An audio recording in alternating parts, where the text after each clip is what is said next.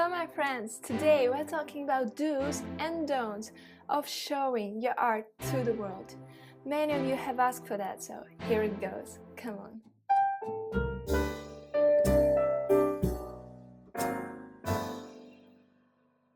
Well my friends, I guess all of you will agree with me that if we're doing something in this world, we want it to be recognized and praised. That may not be the end goal, but some kind of a positive outcome, a bonus, if I may. So, if someone is an artist, then to find an audience of admirers and supporters may be the greatest remuneration. How to find that audience, the ones that would like your art? Today we're talking about it. You know, I don't like cliches, a starving artist, for example. But there is certainly a reason why this expression was born and got so spread across the world. There were many artists in all the times that were not good at being businessmen, marketing specialists, or art dealers for themselves. This often was and is a reason why those artists failed to find people that would like what they do and buy their art. Attention! I'm not talking about the quality of art they produced. I guess you would agree with me that it often doesn't determine popularity and sales figures. It's the business side that matters in this case. So, what are the good ones to find exposure to your work? And what are the paths to avoid?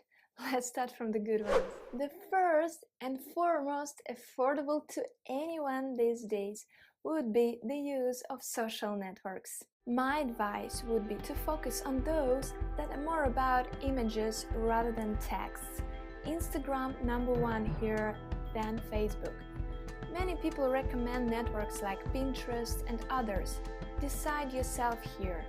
Personally, I never use them and never check them out, so I'm not sure how popular they are among wider audience. Another advice here would be to concentrate on just a couple of networks. It's really time and efforts consuming to maintain them all with equal quality. One more thing here, I often see Instagram and Facebook accounts with thousands of subscribers, but almost no activity under their posts. These are clearly fake bot subs.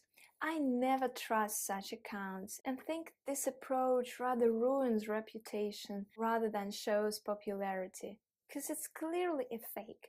Beware of it. Okay, number 2. You may consider becoming part of an established online gallery like Archie Art, Fine Art America, or set up an account at Etsy and some others. Google it. These are additional chances for you for getting noticed. However, another warning here, don't set up accounts in each and every online gallery. It's just a waste of time, you won't be able to maintain them all. Thus, many of your profiles will look like lost and forgotten. Not a good sign for potential clients. And of course, avoid places where you have to pay for being included to the site. They just collect money of desperate artists. Become part of only well-known and established websites. I haven't said anything about a personal website yet. You absolutely have to have one if you consider yourself a pro in this field. You can easily do without if art is just a hobby for you. Then my 2 previous tips like social networks and online galleries are enough for you. Oh yeah, and what is a good website for an artist? That's a whole new topic. If you want me to make a video on that, just let me know down there in the comments. Going from online to offline. Set up an exhibition. I would suggest avoiding heavy investments in solo if you are just starting up. Remember, you are doing solo exhibition only when you are sure that you have people, clients that clearly know you and definitely will come. I have many times received proposals to pay for a solo show in an unknown exhibition, in a city I've never been and even in a country I've never been to, where nobody knows me. Guess what? Absolute no-no. A good way would be to start with some group shows in local galleries if you have some in the places where you live. Or try to participate in an art fair of a local scale first.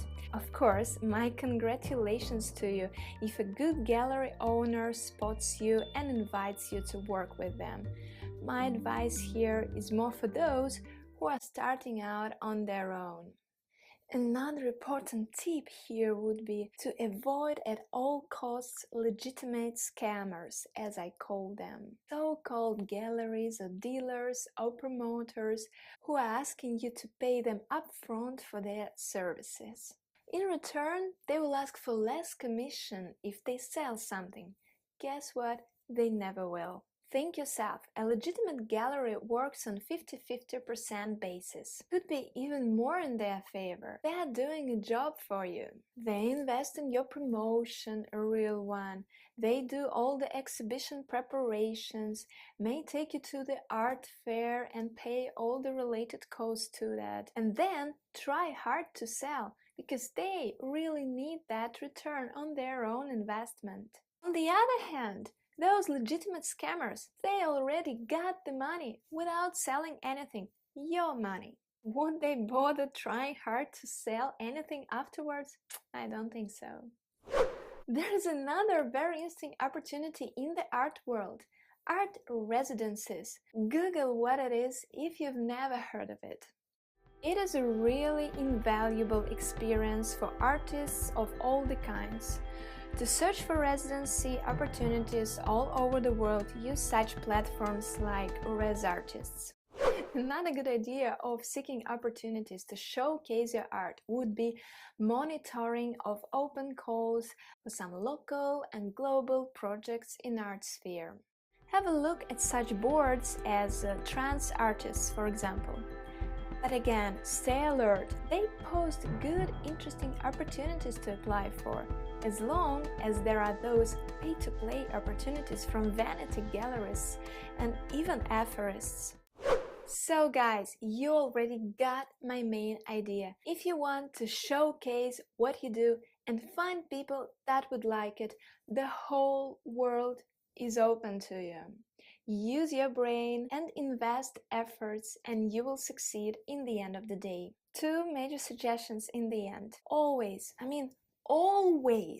Google and make your own research of each and every opportunity, especially if it involves money spending from your side. Ask for references, talk to people who took part previously on this or that opportunity, ask for their feedback. The better you do your homework, the better would be the outcome for you.